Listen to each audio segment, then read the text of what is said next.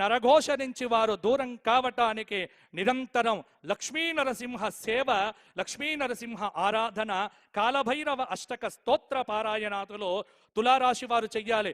ఎందుకోసమంటే తులారాశి వారికి ఈ సంవత్సరము అద్భుతమైనటువంటి ఫలితాలు కలగబోతూ ఉన్నాయి.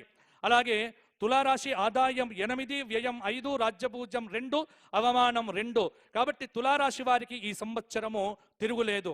వృశ్చిక రాశి ఆదాయం 14, వ్యయం 11, రాజ్యపూజ్యం 5, అవమానం 2. వృశ్చిక రాశి గౌరవనీయ ప్రధానమంత్రి గారి యొక్క రాశి. వృశ్చిక రాశి, వృశ్చిక లగ్నం వారికి కూడా కొంత ఇబ్బందికరమైన పరిస్థితులతో పాటు కొంత బాగానే ఉంటుంది.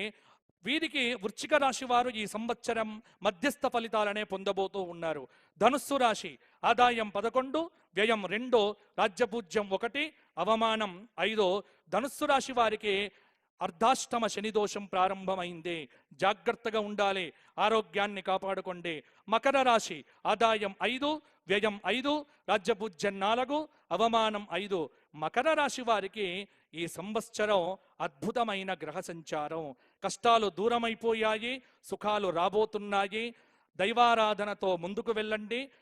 నీరసం నుంచి అద్భుతమైనటువంటి ఆనందంలో అడుగు పెడతారు. కుంభరాశి ఆదాయం 5, వ్యయం 5, రాజ్యపూజ్యం 7, అవమానం 1. కుంభరాశి వారికి గత సంవత్సరం కంటే పర్వాలేదు. కొన్ని ఇబ్బందులు, కొంచెం కష్టం, కొంచెం నష్టం, కొంచెం ఇష్టం, ఈ 3 ఫలితాలు వీరి జాతకాల్లో చూడవచ్చు. ఇక వచ్చింది బాబు ఏమిటి అంటే మీనరాశి. ఇక మీనరాశి గురించి నేను చూస్తే ఎంతమంది భయపడుతున్నారు, చాలా మందిని భయపెడుతున్నారు. మీనరాశి వాళ్ళందరూ పోతారని ఎవరో చెప్తూ ఉంటే నేను చూసా.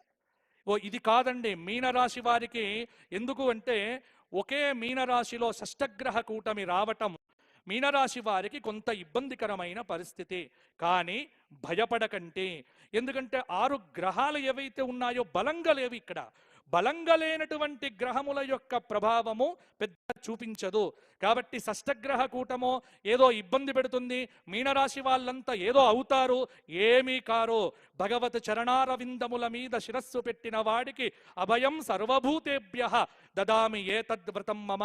కాబట్టి మీనరాశి వారు ఎక్కువగా గుళ్ళల్లో గడపండి, దైవారాధన చెయ్యండి, మంచి పనులు చెయ్యండి, భగవత్ ప్రార్థన చేస్తే మీనరాశి వారికి ఈ సంవత్సరం అనుకూలంగా ఉండబోతోంది. ఈ విధంగా మనకు ఎలా ఉంది అంటే ఈ విశ్వావసు నామ సంవత్సరం ఒక పద్య రూపంలో మా మాధవ గణపాటి గారు రాసిన ఒక పద్యాన్ని ఇక్కడ మీకు చదివించి నా పంచాంగ పఠనాన్ని నేను ముగిస్తాను. ఏమిటి అంటే ఈ విశ్వావసు వసులన్ మతులన్ త్రుంచునే క్రమముగా, వసులన్ మతులన్ త్రుంచునే క్రమముగా, విశ్వావసున్నామకన్ అసులన్ మోగన రూపలన్ వశమున విధితానే ఆడించునే, కసులన్ మానస వీధులన్ విసరితానంద కందంబుతోన విశ్వావసుత ఆడునే నరులతో వింతైన చేష్టల సృజిన్నే. ఎలా ఉంది మొత్తం విశ్వావసు అంటే కొంచెం పులుపు, కొంచెం కారం, కొంచెం స్వీట్, కొంచెం ఆనందం, అన్ని రకాల షడ్రుచుల కలయిక, షడ్భావముల యొక్క కలయిక. సుఖముంది, దుఃఖముంది, ఆనందముంది, ఐశ్వర్యముంది, అన్నీ ఉన్నాయి. కానీ అనుభవించే వాళ్ళు కొంతమందే. ఆ కొంతమంది ఎవరు అనేటువంటిది మీ సాధనను బట్టి, మీ ఆరాధనను బట్టి, ధర్మాన్ని తప్పకుండా, శాస్త్రాన్ని తప్పకుండా, భగవంతుడి యొక్క దివ్యమైనటువంటి అనుగ్రహాన్ని పొందినటువంటి ప్రతి ఒక్కడు కూడా బాగుంటాడు. నా తెలంగాణ రాష్ట్రానికి అద్భుతమైనటువంటి రోజులు వచ్చి ఆ స్వామి యొక్క, ఎందుకంటే వెంకటేశ్వర భగవానుడి యొక్క అనుగ్రహంతో విశ్వేశ్వర విలసత్కృప శాశ్వత సత్యామృత ఫల సంపత్కర విశ్వావసు రూపంబున విశ్వజనుల కందుగాక విజయాకృతియే. ఇది మా జొన్నవిత్తుల గారు చెప్పినటువంటి మాట. కాబట్టి విశ్వావసు నామ సంవత్సరం మీకు విజయ పరంపరలను కలిగించుగాక.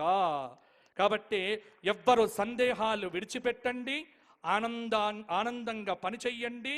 ఒక్కటే చిట్ట చివరి మాట ఏమిటి అంటే విశ్వావసు నామ సంవత్సరం కష్టపడేవాడికి మంచి ఫలితాన్ని, సుఖపడాలి అనుకునేటువంటి వాడికి ఇబ్బందికరమైన ఫలితాన్ని ఇస్తుంది. ఈ రెండింటితోనే మీరు అర్థం చేసుకొని మీరు ప్రవర్తిస్తే, ఎందుకంటే వచ్చే సంవత్సరం ఇంకా మీకు ఆ పేరు వింటేనే మీరు భయపడతారు. సరే వచ్చే సంవత్సరం ఎలాగో అప్పుడే చెప్పుకుంటాం కాబట్టి ఆ పేర్లేవి కూడా ఇప్పుడు చెప్పుకోకుండా విశ్వావసు మాత్రము వేదిక మీద ఉన్నటువంటి పెద్దలందరికీ ఆయురారోగ్య భోగభాగ్యములను కలిగించుగాక.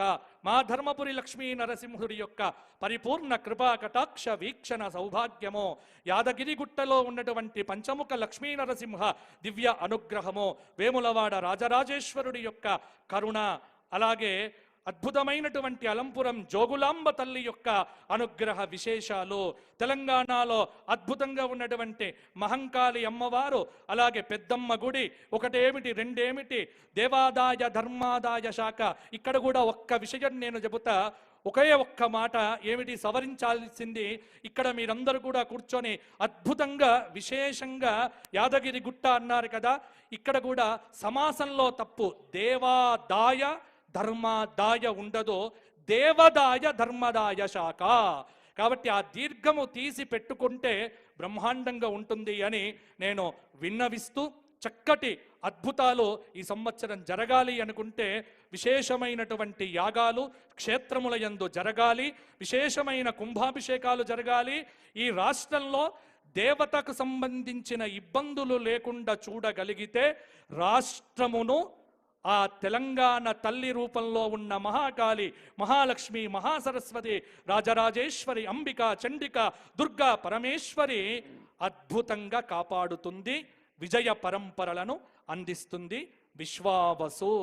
జై తెలంగాణ, జై జై తెలంగాణ.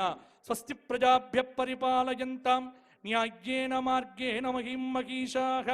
గోబ్రాహ్మణేభ్యః శుభమస్తు నిత్యం. లోకాః సమస్తాః సుఖినో భవంతో. ధర్మస్య విజయోస్తు అధర్మస్య నాశోస్తు. ప్రాణిషు సద్భావనా అస్తు. విశ్వస్య కళ్యాణమస్తు. గోమాతా కీ జై. కాలానికి అనుగుణంగా నడిపించే సూచిక పంచాంగం, మన కరదీపిక.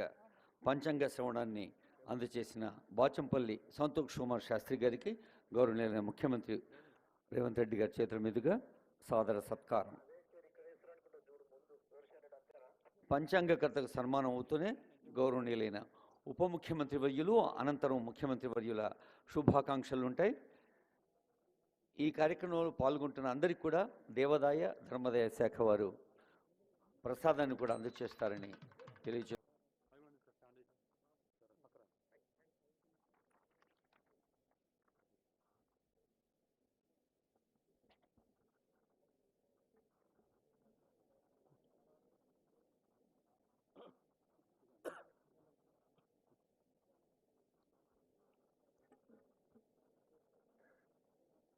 గౌరవ